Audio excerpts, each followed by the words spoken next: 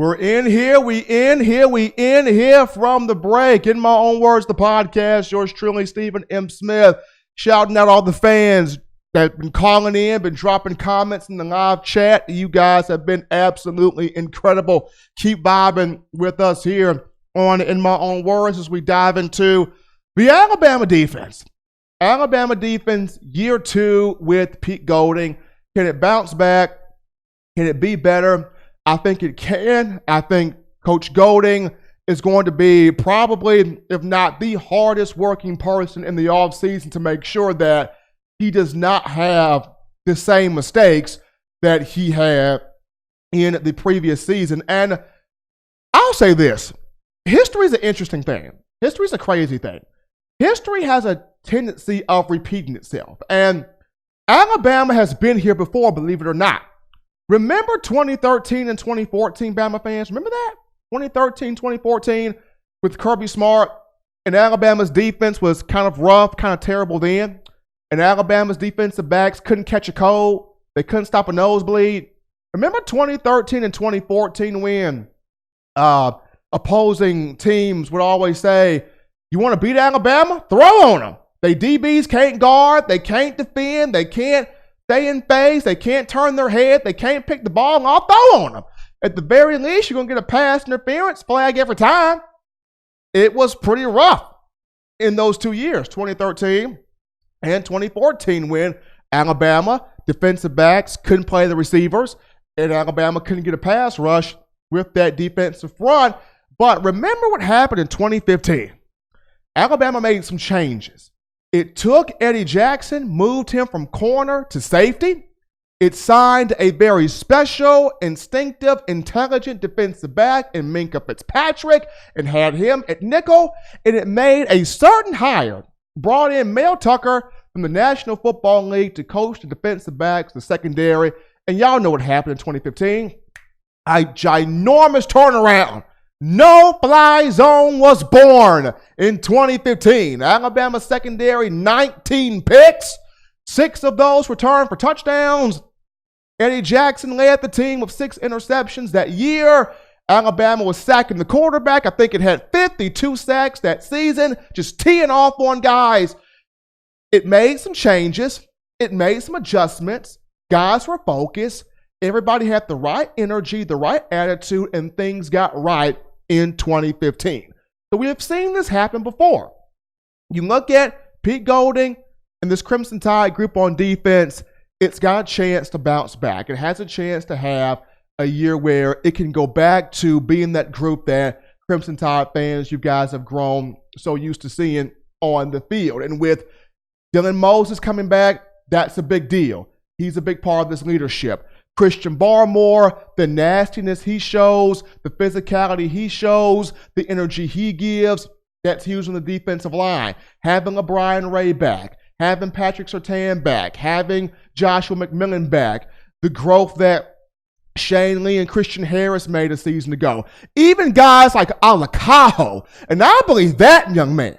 Alakaho is going to be the most improved defensive player, bucket, calling it right now. Because this man on special teams was blocking punts left and right. He just loves to mess junk up. He was blocking punts left and right. And on top of that, I feel like he's going to carve out a role somewhere on this defense, either an inside linebacker or a weak side linebacker. Cahoe's going to carve out a role. Really like what he brings. So he would be the most improved defensive player. But having guys healthy, having leadership back, having playmakers back, having young talents on defense coming in as freshmen. I think Will Anderson's going to be a big-time factor. I think Drew Sanders is going to be a big-time factor. Quandarius Robinson, Timothy Smith, guys like Jamil Burrows, Jamarian Latham. And the secondary, I really like the Brian Branch kid. Jacquez Robinson can be really good. Even down to someone like, in the secondary, Ronald Williams, the JUCO transfer. So you got young talent in here. You got leadership coming back. You've got a whole year under your belt when you talk Pete Golding. If Alabama can just stay away from the season-ending injuries, from the ruptured Achilles and the torn ACLs and the broken clavicles and the foot problems. And we know they're going to have some bumps and bruises. You're going to have some hamstrings. You're going to have some bruised knees. You're going to have the small stuff. The small stuff you can deal with. As long as you can stay away from the season-ending type of stuff, Alabama defensively will be fine. Pete Golding is going to work his absolute tail off because he's a perfectionist like Nick Saban. He wants to have those attention to details. Came in with the glass half empty, but he's not making an excuse for it. He's going to be ready and prepared for the upcoming season. And the main thing is Alabama getting a lot of those bad attitudes out of the room. Sometimes seasons go bad because you have players that don't have the right attitude. You're getting those personality issues out of the room and getting the good personalities, getting the good vibes in. But folks, we're going to continue this conversation and wrap things up on the other side of the break. Right now, we take one final quick word from our sponsors.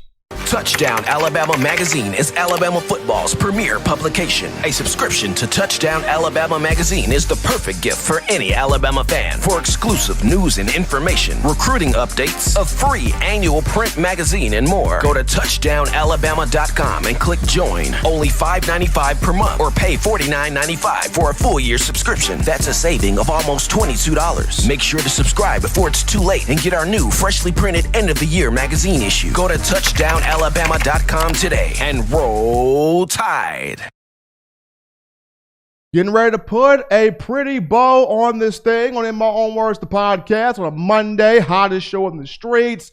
Touchdown Alabama Magazine. I want to thank all the fans for listening in on this evening, calling in, writing in, texting in, or putting your thoughts in that YouTube chat line. You guys have been hitting us up and have been awesome. But in continuing the conversation on the Alabama defense and one Pete Golding, I think the Alabama defense bounces back.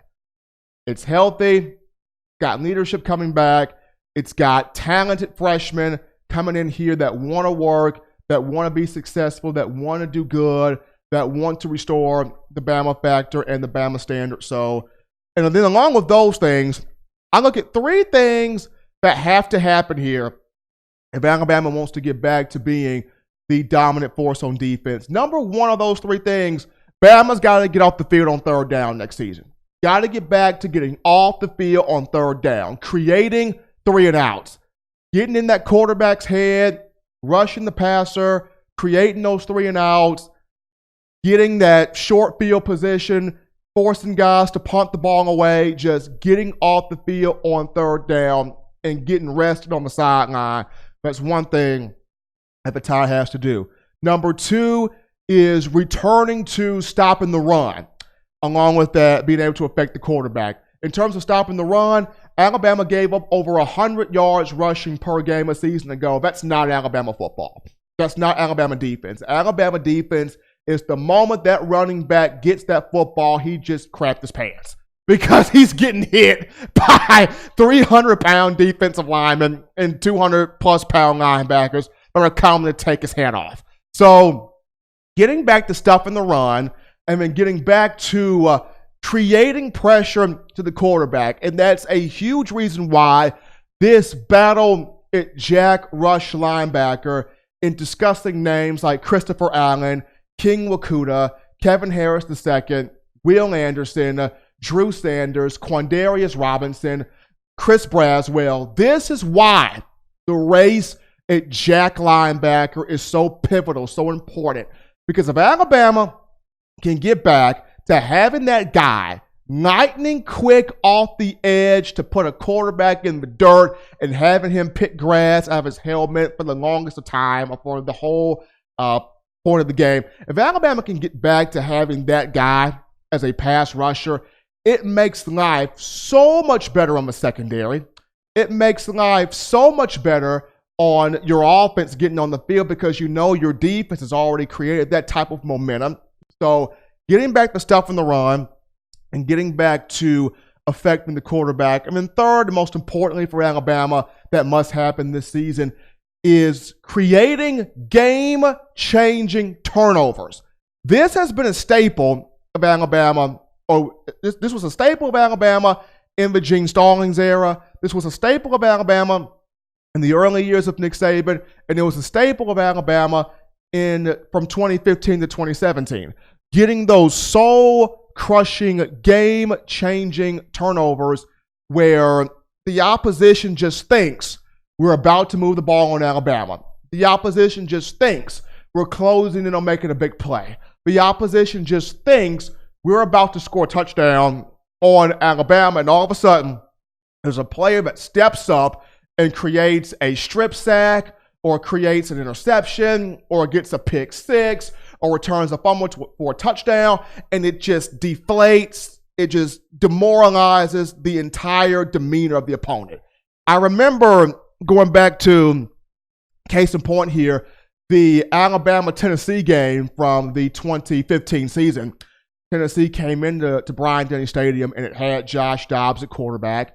And, of course, Tennessee was leading 14-13 going into the fourth quarter when Jacob Coker got on the drive, finding Calvin Ridley and Ardarius Stewart, O.J. Howard, among other guys. Derrick Henry finished off the drive with a touchdown.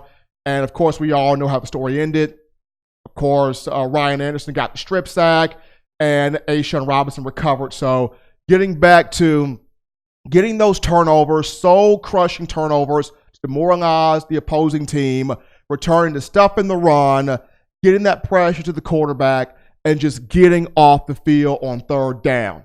But, folks, that's going to do it here for today's show. In my own words, the podcast, hottest show on the streets.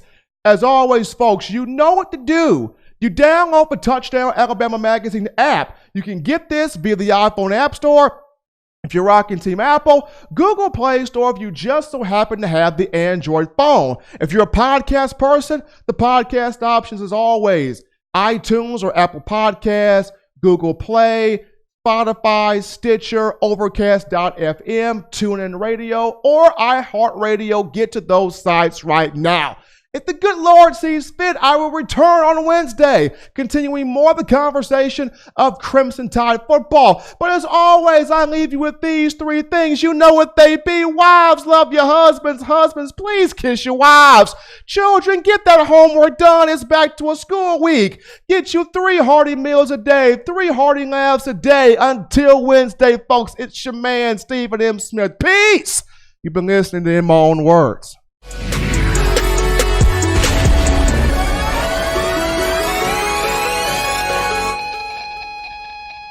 Subscribe right now for the best in Alabama football content. You can also download the Touchdown Alabama Magazine app for your iPhone or Android.